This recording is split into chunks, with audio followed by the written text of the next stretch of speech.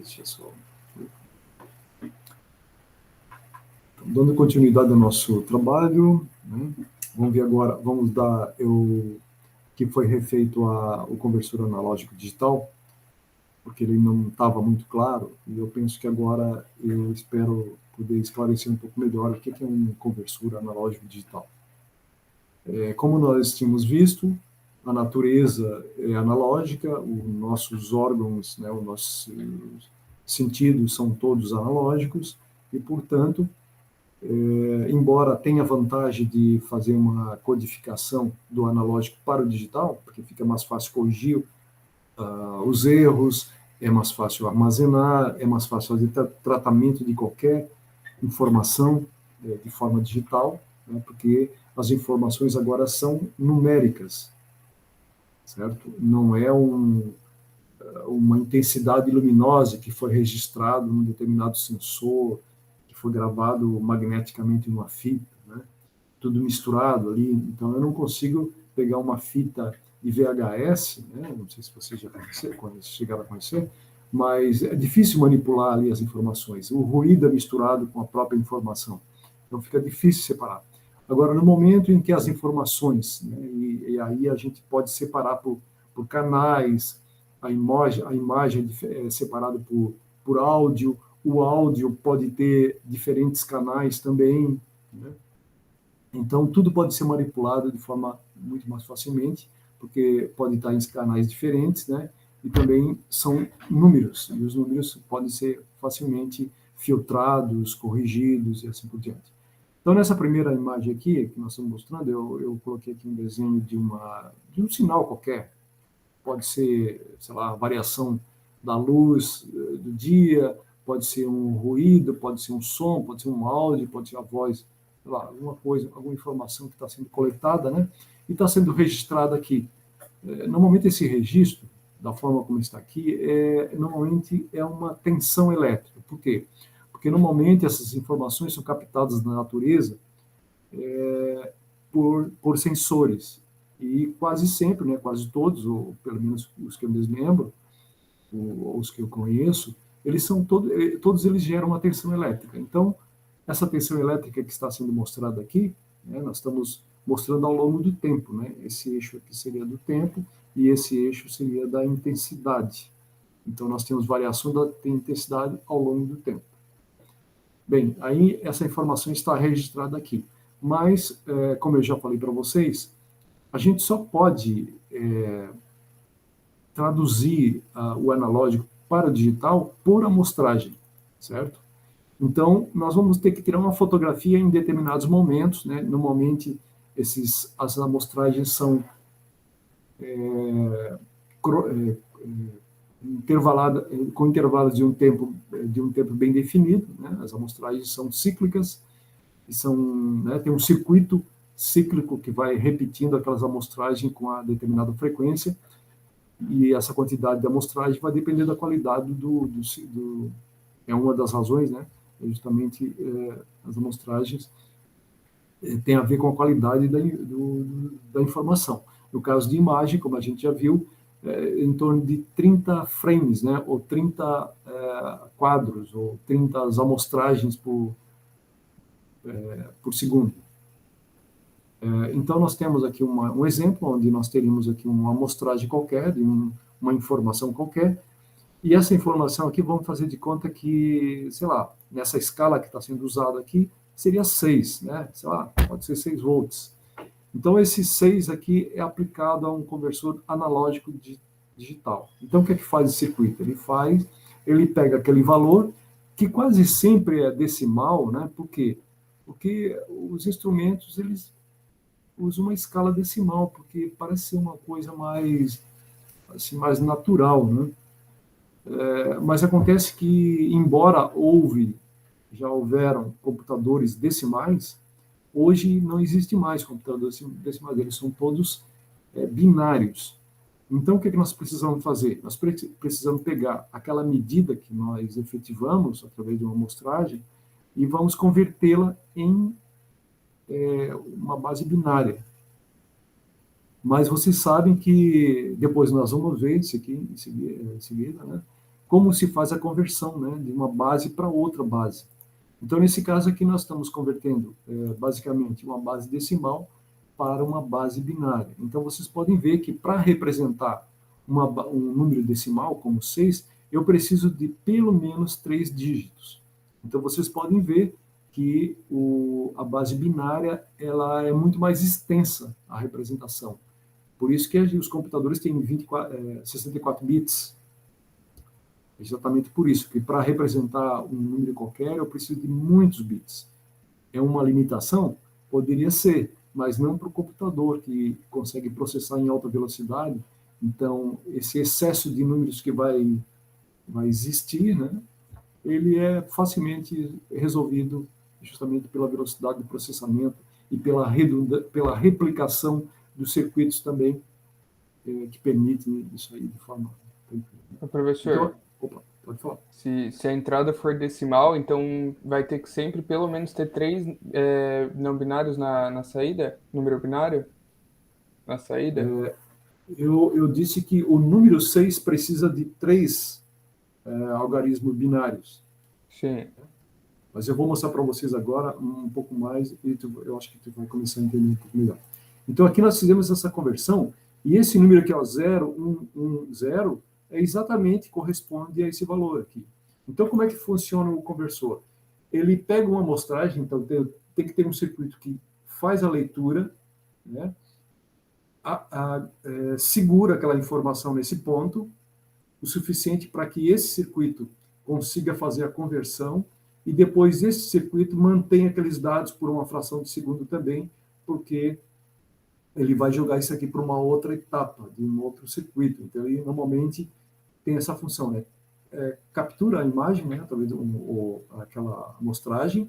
A amostragem é mantida por uma fração de segundo na entrada, o circuito faz o processamento e a saída também é mantida por uma determinada fração de segundo na saída para que o processamento possa prosseguir. Tá? Então, agora eu vou mostrar para vocês aqui um pouco mais.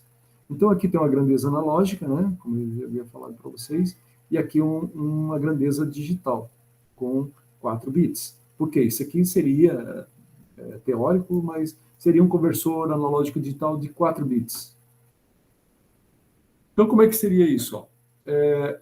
Com 4 bits, ó, estão eles aqui, ó, A, B, C, D, 4 bits, são essas 4 saídas aqui. Com 4 bits eu posso representar de 0 até 15, ou seja, nós podemos representar 16 informações aqui, né? Ou seja, de 0 até 15, em decimais, por exemplo. Mas como é que a gente traduz, como é que a gente pode dizer que esse 6 é igual a isso aqui?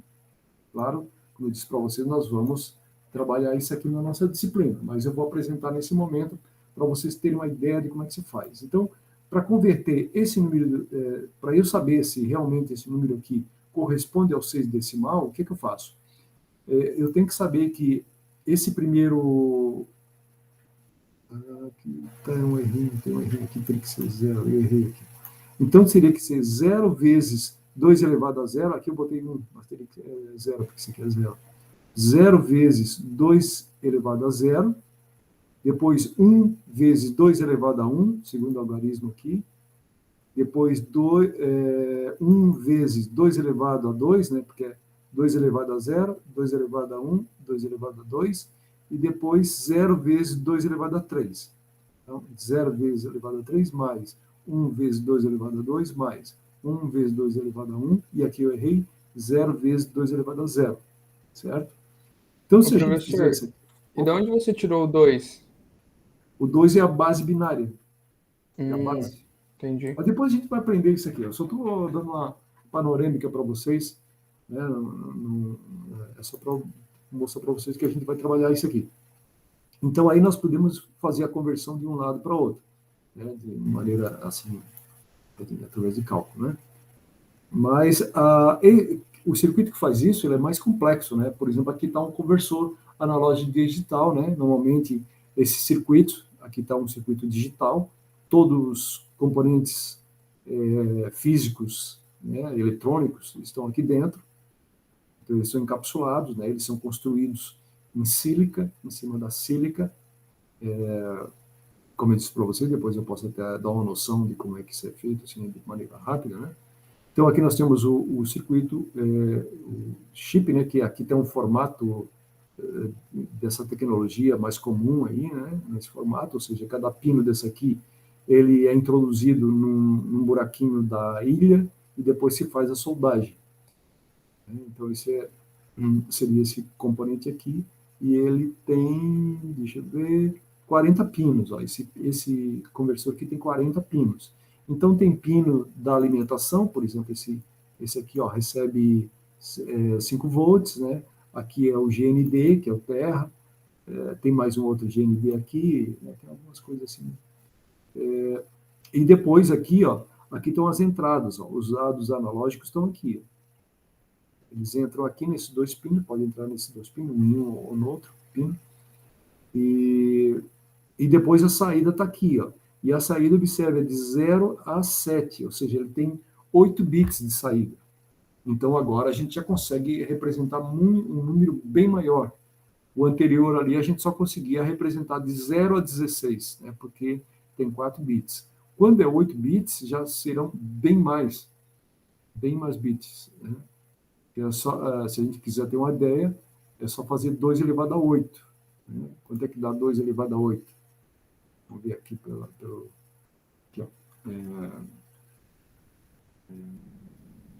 Vamos ver aqui, ó. Eu vou usar uma linguagem de programação chamada Python. 2 vezes 2 elevado a 8. Ô, professor. Dá 256. Então, eu posso representar de 0 a 256 aqui. Por que só tem 2 entradas analógicas e a saída digital tem 8? Exatamente por isso. Porque a entrada analógica é um valor que é colocado na entrada e ele precisa ser convertido em digital. Né? Mas a base digital, é como eu disse para vocês, para representar o número 6, tá? Até 7. Observe aqui, ó, até 7 está aqui, ó, está aqui o número 7. Para representar esse número 7, eu preciso de 3 bits, ó, esses 3 bits aqui, ó, pelo menos. Porque 1 e 1 e 1 dá 7 em base decimal. Se vocês fizerem esse tratamento aqui, como eu mostrei para vocês, que depois a gente vai, não se preocupe que a gente vai tratar isso aí, né? Nós iremos entender melhor como é que faz. Mas é porque, como a base, ó, por exemplo, a base decimal é de 0 até 9. Então, nós temos uma representação grande aí, de 0 até 9. Já o binário não, é 0 e 1. É 0, depois é 1. Ele, entende? Ele é mais restrito na representação. Então, eu tenho que ter mais algarismos em paralelo para poder representar o mesmo valor em decimal. Mas nós vamos ver isso aí com detalhes, tá? Não se preocupem, que a gente vai ver isso aí. Aqui tem um circuito ó, que mostra também um circuito analógico digital. Aqui estão as entradas, né? Esses pinos aqui são entradas. E a saída, até existia, né, antigamente nos computadores, um conector paralelo, a porta paralela. Né? Nos computadores, computador desktop, se vocês tiverem desktop, né, esses computadores grandes assim, de mesa, eles ainda têm esse tipo de conector. Sei lá, eles acabam colocando lá, porque, sei lá, algumas, principalmente a indústria ainda pode usar isso aí, mas normalmente assim no dia a dia quase ninguém mais usa isso aí. Justamente porque hoje nós temos portas de conexões muito mais eficientes do que o paralelo, e o paralelo, como os fios são todos um próximos ao outro, existe problema de interferência, né? Embora a placa do computador seja muita coisa, praticamente tudo em paralelo, mas a construção dela é justamente feita de uma maneira que não exista interferência, ou que a interferência seja mínima possível. Né? Não sei se no futuro isso aí não vai desaparecer, mas ainda existe. A placa mãe, né, a placa principal do computador, costuma ser assim. Mas, por exemplo, antigamente as impressoras usavam um cabo desse aqui, que não é exatamente uma fita, não precisa ser uma fita. Pode ser um cabo mesmo, assim, de diâmetro circular, né?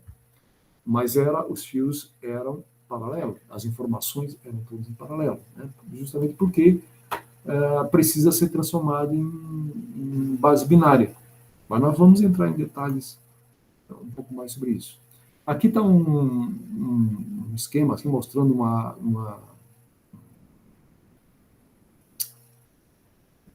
photoboard, uma matriz de contatos, né? E aqui aparece um ADC, né, espetado aqui, ele fica inserido aqui nesses pinos. Então, ao mesmo tempo que isso aqui serve de fixação mecânica, ele também faz os contatos elétricos. Por exemplo, esse fiozinho aqui, ó, esse primeiro fiozinho aqui, ele está eletricamente conectado nesse pino aqui, certo?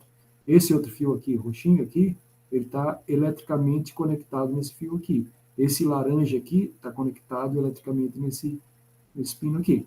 Então, aqui, ó, vocês podem ver que cada resistor desse aqui, ó, ele se conecta com qualquer outro desses pinos aqui. Para quê? Porque a saída desse ADC aqui, ó, ele está sendo ligado em cada desses LEDs que estão aqui, certo? Então, esse resistor serve para quê? Para controlar a corrente que vai passar em cima do LED, certo? Então, essa é a saída digital. Então, cada LED aceso poderia ser o nível alto, né, o 1, e o LED apagado seria o 0, o nível baixo, certo? A entrada deve ser por um desses pinos aqui. A entrada está vindo aqui, ó. Aqui tem uma chave. Então, esse aqui deveria ser uma chavezinha, a pessoa clica, né, e vai... Não, esse aqui é um resistor. Então, é um resistor variável, eu acho isso aqui. Então, ele vai variar a tensão aqui, né, e a tensão vai ser traduzida em bits na saída aqui. Eu estou olhando aqui rapidamente o circuito. Ou então, nós temos um pulsador aqui no circuito, um oscilador, que vai mandar os pulsos para cá e vai ser traduzido em bits. Alguma coisa assim, não tem explicação. Deixa eu ver se é esse aqui. Não. Esse aqui já é um outro circuito que mostra display de 7 segmentos, certo? Que são LEDs também. Então, esse circuito aqui em especial, ó, é um circuito analógico digital com a saída em 7 segmentos. Então, ele já é construído para que a saída dê essas informações em 7 segmentos, que nós vamos aprender também a interpretar isso aqui, a entender melhor como é que isso acontece. Então, existem circuitos específicos para converter um sinal analógico, que nesse caso aqui, onde é que ele está entrado aqui?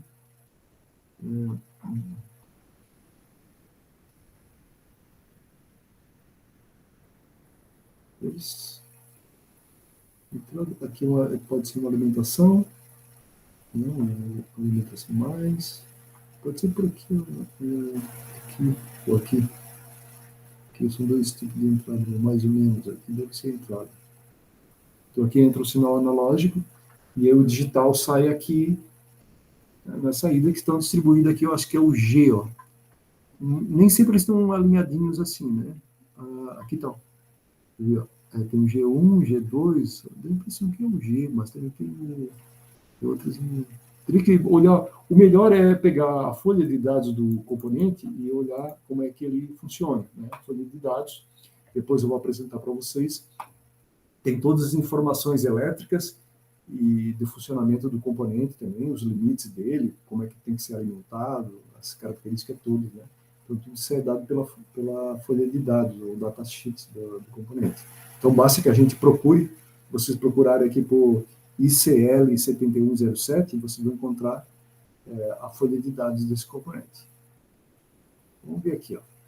Então, informações analógicas, grandezas físicas, como as tensões, correntes, campos magnéticos, força, intensidade luminosa, temperatura, né? Só porque, como eu disse para vocês, para eu captar essas informações, eu preciso ter um sensor específico, né? Então, são convertidas para número de base binária para serem processadas. Como eu falei para vocês, tem uma vantagem muito grande trabalhar com um número e não simplesmente uma informação, uma fotografia ou uma leitura qualquer de um fenômeno natural, né? Processar dados numéricos, ou seja, da base digital, né, é muito mais fácil do que processar sinais analógicos, que são contínuos no tempo, né? Processar significa somar, multiplicar, armazenar, né, fazer um tratamento de filtragem, eliminando ruídos, coisas desse tipo, né? Porque normalmente o ruído é mais fácil, de certa maneira, fácil de identificar, porque eles costumam ser repetitivos. Exemplo, como se registra a velocidade do vento e da temperatura, né? No caso, tem que ter um sensor para fazer isso. Por exemplo, só para ter uma ideia da velocidade, existe um instrumento nos aviões chamado tubo de Pitot. Não sei se alguém já ouviu falar. Inclusive, alguns anos atrás, caiu um avião que ia para a Europa, acho que era da Air France. Eu estava vendo recentemente um site de um pessoal lá que analisa acidentes aéreos, e ele estava explicando, né? Porque esse avião caiu, não me lembro exatamente, foi em 2017, sei lá, por aí. Esse avião caiu e ficou 2 anos sem ser achado, esse avião. Ele caiu ali no meio do Oceano Atlântico, né? Ali tem 3 quilômetros de profundidade de mar, né? E eles não conseguiam achar o avião, aí eles tiveram que contratar especialistas, né? Aí conseguiram achar o avião estava numa profundidade, eu acho que em torno de 3 mil, sei lá, 3 mil e poucos metros de profundidade, e aí eles conseguiram também resgatar a caixa preta dele. E nas informações, né, aconteceu exatamente isso. O tubo de Pitot era ainda um tubo de Pitot antigo, e os mais modernos já estavam resolvendo isso aí. Mas aí a Air France estava substituindo gradualmente, porque ele não achou que era tão importante assim. Ou seja, precisa ser se reunir situações assim bem específicas, por exemplo, para congelar, como aconteceu, congelar o líquido que tem lá no tubo de Pitot, sei lá, é uma somatória de coincidências, vamos dizer assim, né, que aconteceram. E aí, esse tubo de Pitot é justamente um instrumento que mede a velocidade do ar lá fora, né? Então, isso aí é essencial para alimentar todos os sistemas de controle do avião. Ele precisa saber qual a velocidade relativa do avião em relação ao espaço lá fora, né, a atmosfera. E esse tubo de Pitot faz exatamente isso. Então, é um instrumento que está virado pelo lado de fora do avião, e a velocidade do avião em relação à atmosfera, ao ar, faz com que aquela pressão atmosférica exerça uma pressão nos líquidos. E esses líquidos, a variação de níveis lá do nosso lá, é que vai dizer qual a velocidade relativa, no caso. E aí, naturalmente, que lá tem sensores que vão gerar uma tensão elétrica e vai para o painel e é distribuído ali pelo computador de bordo do avião e faz todo o processamento necessário. Então, isso que nós estamos falando aí de conversão de analógico digital, essas coisas todas aí, elas depende essencialmente, né, de sensores. Por isso, como já falei para vocês, a Bosch, por exemplo, né, que é uma empresa que eu acho que todo mundo conhece, a Bosch, ela é uma empresa alemã espalhada pelo mundo inteiro, desenvolve desde furadeira, vela de automóveis e um monte de outras coisas que a gente nem faz ideia. Mas então eles desenvolvem tem um setor da empresa deles que é especializado em sensores, e eles vendem esses sensores. Tem uns mais precisos, uns menos precisos, né? Justamente vai depender da aplicação. As informações analógicas, grandes físicas, como tensões, correntes, campo, tal, são convertidas para número de base binária. Cada caractere do número binário é chamado de bit. Uma grandeza analógica colocada na entrada do circuito ADC é convertida em número binário. Aqui, converta essas informações para digital. Faça todos os processamentos necessários. Por último, converta...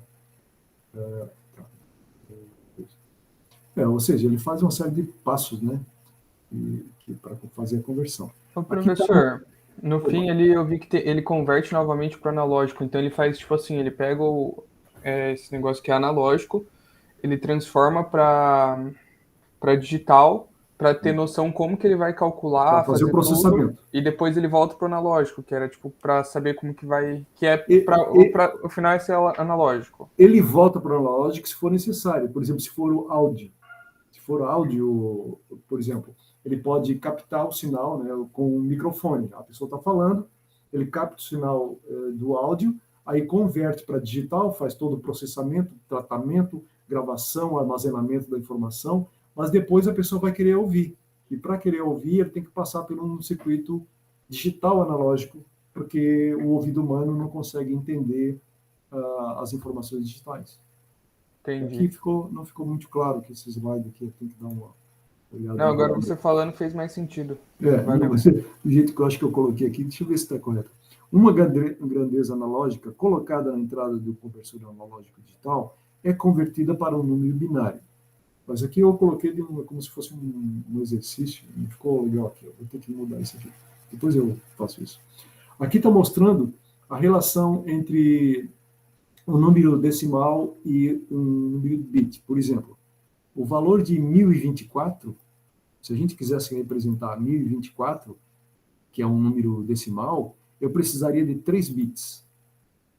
Se eu precisar representar 65.536, né, somente com 16 bits, assim, um ao lado do outro, que é possível representar esse valor aqui. De 0 até esse valor aqui. 20 bits já vão para 1 milhão aqui, ó. E 30 bits já vai, sei lá, quanto é que vai ser? Isso aqui é 1 milhão, isso aqui é 1 trilhão, sei lá. Então, já é gigabit, ó. Aqui é 1 mega, aqui é o K, né, o kilobit, aqui já é o megabit, aqui é o gigabit, certo? Então, observem que um número, né, porque aqui varia, cada unidade aqui varia de 0 a 9, e aqui não, cada unidade só varia de 0 a 1. Então, eu preciso de muito mais bits para representar um número na base decimal. Aqui tem a ver também com essa conversão, porque a gente, aqui nesse caso, a digitalização pode pegar um sinal analógico e fazendo amostragem, né, como eu disse para vocês, ó, aqui tem uma amostragem, né, a amostragem normalmente ele segura por um determinado tempo. Então ele lê durante esse período aqui, ó, ele estaria lendo essa informação, né, será? Leria esse ponto aqui. Depois, o próximo intervalo, ele vai fazer a próxima amostragem, assim por diante. Então, o amostrador, ele é disparado em intervalos regulares, porque eu preciso depois reconstituir isso aqui, então eu tenho que saber qual é essa amostragem aqui, certo? Então, isso seria uma forma de a gente capturar um sinal analógico, que seria esse negócio aqui, para transformá-lo em digital. Então, como vocês podem ver, o número de amostragem vai nos aproximarmos mais da realidade ou menos. O sinal amostrado com bastante frequência vai reproduzir com mais fielmente o sinal analógico do que um com amostragem com tempo mais longo. Então, isso aí precisa ser muito bem definido no projeto do equipamento que se queira fazer, usando um conversor analógico digital ou analógico digital de qualidade, né, para que ele possa fazer reproduzir corretamente essa amostragem. E observe que ele tem leituras de intervalos iguais, né, e também vai lendo as medidas diferentes que vão acontecendo, né? Então, ele, naquele intervalo, ele faz uma leitura e mede aquela intensidade, depois faz outra medida, mede aquela intensidade. Então, ele vai armazenando essas informações. Aqui a taxa de amostragem, como falei para vocês, né? Qual a taxa de amostragem ideal? Vai depender do que eu quero fazer, né? Depende da fatura. Qual a taxa de amostragem que seu hardware suporta, claro. Até o próprio conversor analógico digital, se ele tem uma taxa maior, ou se ele tem um número de bits maior, ele vai ser mais caro também. Tudo tem a ver com o que eu quero fazer, com o que eu quero armazenar, se eu preciso de alta resolução, a questão dos sensores, né, que é essencial para capturar essas informações. Não. O digital analógico, né, ou seja, o inverso, né, como nossos sentidos são analógicos, utilizamos conversores digital analógico nas saídas de sistemas de áudio. Algumas vezes não há necessidade da conversão. Por exemplo, o display de 7 segmentos, não há necessidade de fazer isso. É feito um arranjo diferente que permite que a gente entenda a informação digital sem precisar necessariamente fazer uma conversão para decimal. Depois a gente vai ver isso aqui com mais detalhes. Aqui tem um exemplo também de circuito analógico digital, né? O sinal analógico entra, aqui uma referência, talvez seja por aqui. E aqui, ó, VCC, provavelmente uma entrada desse aqui. E as saídas são aqui, ó, em binário, né? São aqui, ó. Poderiam ser LEDs, ó. LEDs que vão acender, por exemplo, se está aceso, é 1, se está apagado, é 0, né? Embora tenha circuito que tenha lógica inversa, sabe? Quando o nível alto é alto, quando o nível é alto, quando é 1, ele apaga, ou a tensão é baixa. Mas isso aí, depois a gente vai ver isso aí. Então, aqui, esse circuito aqui, que é um conversor analógico digital, aqui, ó, o que é que ele fez aqui, ó? Que isso aqui foi simulado no Proteus, tá? Eu fui no DIDS, eu não achei o conversor analógico digital, infelizmente. Talvez a gente tenha que procurar algum outro simulador que permita fazer esse tipo de circuito. Não existe, eu não achei, pelo menos, né? Instalei no meu computador e tentei fazer buscar esse componente para instalar, não achei. Mas qual é o funcionamento desse circuito aqui? Nós temos aqui, a entrada está aqui, ó. O que é a entrada? Está sendo aplicada uma tensão aqui, está aqui, ó, a fonte de alimentação está aqui, tá vendo? A bateria aqui, ó. A bateria está interligada aqui e aqui. Então ele vem por aqui, ó. A tensão elétrica vem por aqui e é aplicada nesse resistor aqui, que é a gente chama de potenciômetro. É um resistor que tem 3 pinos. Não sei se vocês conhecem. Depois eu tenho que achar minha caixinha de componentes que eu acho que está por aqui, mas não localizei ela visualmente. Mas então esse potenciômetro aqui tem 3 pinos. Um é ligado no terra, um outro é ligado na tensão positiva, e esse do meio aqui é a entrada do conversor analógico digital. Então, dependendo de como se varia esse resistor aqui, ele vai jogar uma tensão na entrada maior ou menor. E aí o que é que faz esse circuito? Ele pega aquela tensão e converte para binário. Então, ele vai acender os LEDs ou apagar, justamente convertendo aqui um número analógico, né, um valor analógico, uma tensão analógica, para níveis zeros e uns, que justamente é a base binária. Então, aqui, se a gente fosse representar os LEDs como D aqui, né? Que o LED é um diodo, por isso que se costuma representar LED com a letra D, né? A gente poderia representá-los aqui. A tensão a ser medida varia de 0 a 5 volts, vamos supor, né? Vamos supor que essa tensão aqui variar de 0 a 5. Essa fonte fosse 5 volts, né? Então, a tensão a ser medida, né, já que nós temos um potenciômetro lá que varia a tensão, ele pode variar de 0 a 5.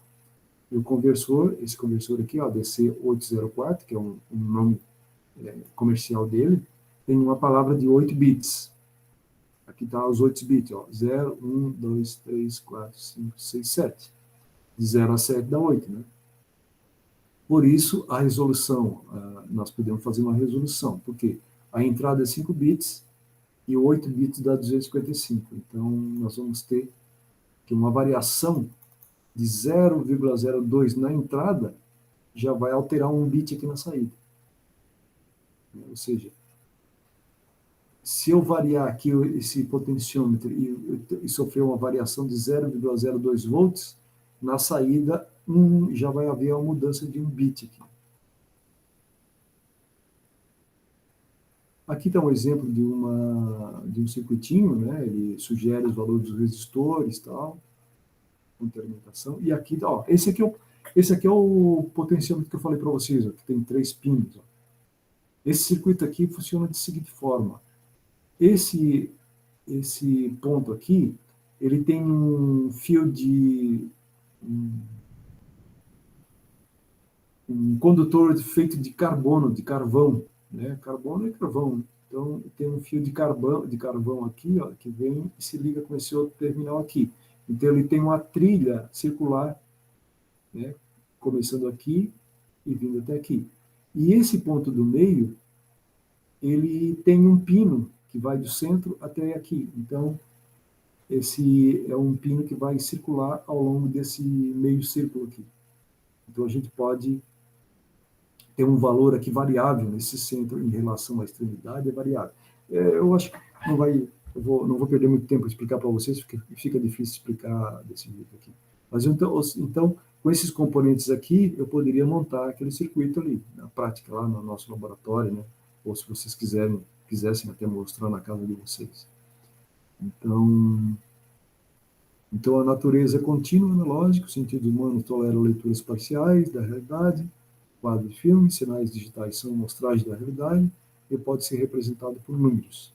Por serem números, fica mais fácil ser armazenado, copiado, manipulado e corrigido. Isso aqui é a grande conclusão que nós temos assim desse nosso conteúdo, é justamente o fato do digital, né, ter essa vantagem aqui. Eles podem ser facilmente armazenados, podem ser copiados infinitas vezes sem deteriorar, porque se pegasse uma fita VHS e copiasse para uma segunda fita, já ia perder a qualidade. E já o digital, não. Por que não perde? Porque é número. Ele vai copiar número. Então, o número não tem como perder, né? Então, a intensidade, ali a intensidade da cor, da luminosidade, do som, da intensidade do som, seja lá o que mais, ele não pode ser perdido. Então, isso aí é uma vantagem muito grande. Eu posso fazer infinitas cópias e nunca vai haver deterioração da qualidade daquela gravação. Pode ser manipulado, eu posso, por exemplo, eu não sei se vocês conhecem esses instrumentos, o meu irmão tinha ele estava gravando um negócio lá de coral, então, aí cada grupo lá tinha um microfone, aí se alguém saísse fora do tom, ele simplesmente, ali pela interface do computador, ele ajustava o tom da pessoa, né? Então, é uma coisa que não podia existir na gravação analógica, né? Porque como eles conseguem gravar, por isso que a gente vê numa cabine de gravação de música, por exemplo, né? Tu vê o cantor lá numa cabine, né? Os instrumentos, se tem vários, ou sei lá, um coral fica numa outra cabine e os instrumentos podem ficar em cabines diferentes. Então, nós temos um canal para cada um daqueles instrumentos. Então, eles podem ser manipulados e ajustados, né, corrigidos ou, sei lá, modificados de alguma maneira, aplicar alguma distorção ali, né? Então, é algo assim que hoje os sistemas digitais e associado a essa tecnologia de separar canais, né, possibilitam de se fazer muita coisa, né? Trabalhar com muitas modificações, né? A manipulação da informação, né? E corrigir também, porque se vier um ruído qualquer, é possível filtrar, né? Porque como eu sei que eu posso presumir o valor que aquele sinal teria, né? Eu posso corrigir. Mas o que nós teremos hoje é isso, pessoal. Eu queria agradecer a